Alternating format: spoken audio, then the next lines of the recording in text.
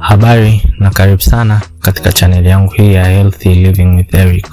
Hii ni channel iliyojikita katika kutoa elimu juu ya masuala yanayohusu afya ya mwanadamu. Na leo tutaenda kujifunza kuhusu shinikizo la juu la damu, ambapo hapa tutajifunza na kuelewa nini maana ya shinikizo la juu la damu, ni nini chanzo chake, dalili zake ni zipi, lakini pia kubwa kuliko tutaenda kujifunza tunajikingaje au kuishi nalo bila matatizo.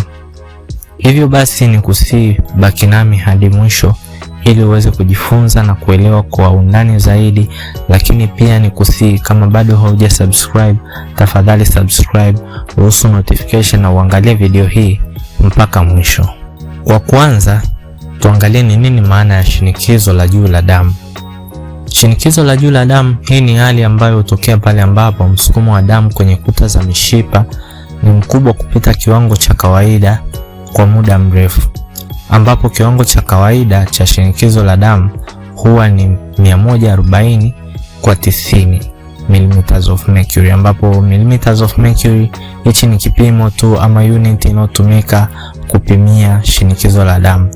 Na hali hii ikiendelea bila kudhibitiwa huweza kusababisha magonjwa mengine, mfano magonjwa ya moyo, kiharusi, pia huweza kupelekea figo kushindwa kufanya kazi yake. Sasa tukaangalie sababu zinazoweza kupelekea mtu kupata shinikizo la juu la damu.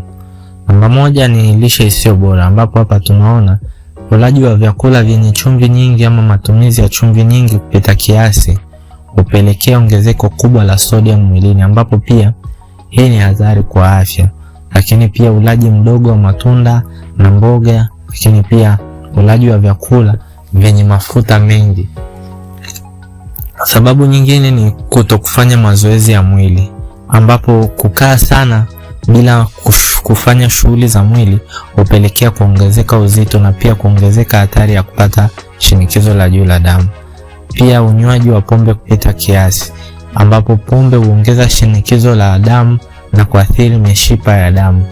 Pia uvutaji wa sigara, ambapo uvutaji wa sigara huongeza kiwango cha nikotini mwilini, ambayo huchangia kuongeza shinikizo la damu na kuharibu mishipa ya damu. Pia uzito kupita kiasi. Kuongezeka uzito kupita kiasi ama kuongezeka sana uzito pia huongeza kazi kwa moyo na kuchangia shinikizo la juu la damu. Pia msongo wa mawazo ama msongo wa mara kwa mara pia unaweza kuongeza shinikizo la damu la muda mfupi ama la kudumu.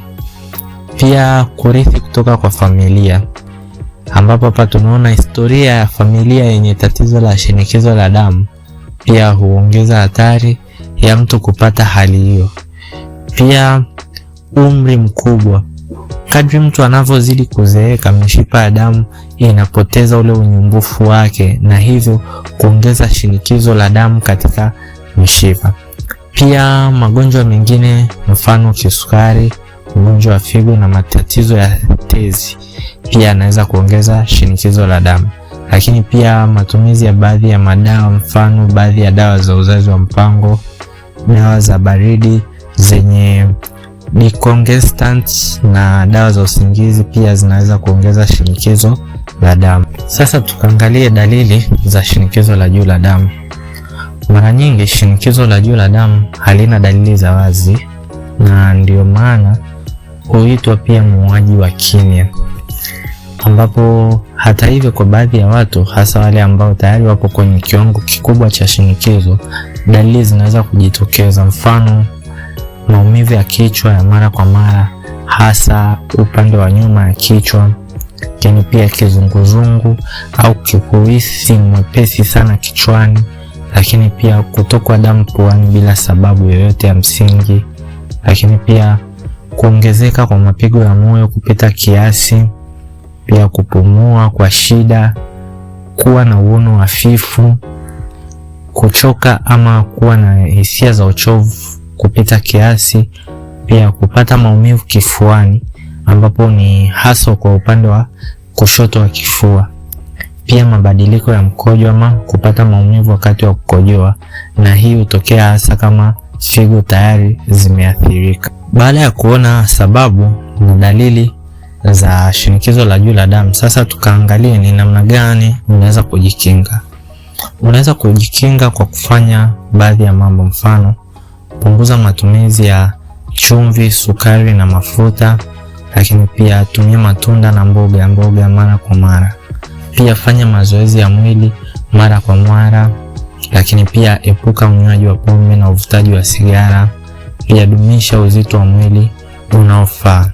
Pia epuka msongo wa mawazo, lakini pia pata usingizi wa kutosha na ujijengee utaratibu wa kupima shinikizo la damu mara kwa mara. Kwa kumalizia, tuangalie namna ya kuishi na shinikizo la juu la damu endapo tayari umeshapata. Hii huwezekana pale tu ambapo mtu ambaye tayari ana tatizo hili atadhibiti hali yake kwa uangalifu na kubadili mtindo wa maisha.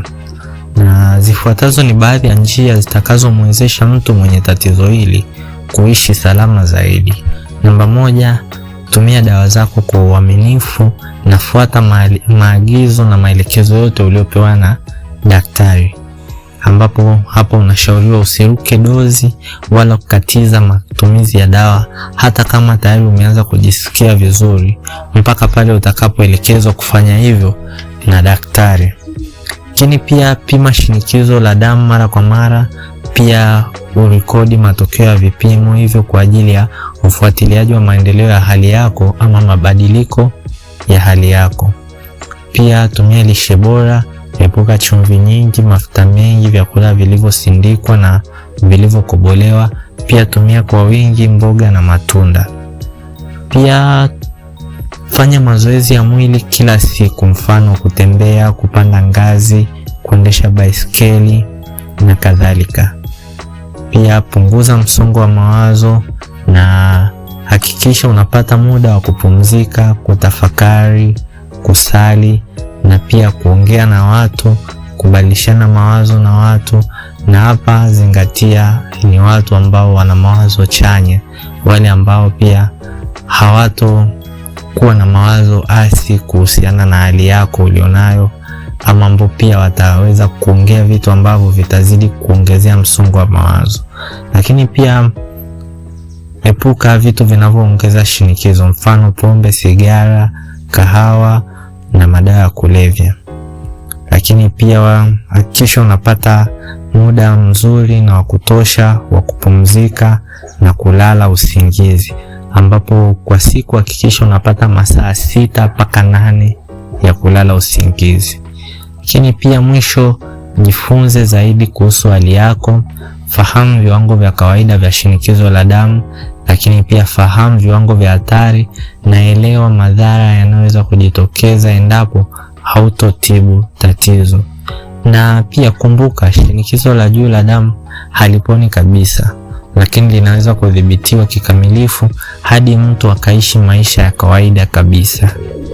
Mwisho kabisa, nipende kukushukuru kwa kuangalia video hii na ni matumaini yangu umejifunza mengi.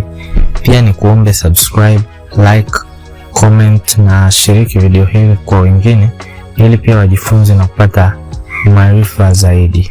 Lakini pia endelea kufuatilia video hizi na pia endelea kujiandaa kwa video inayofuata.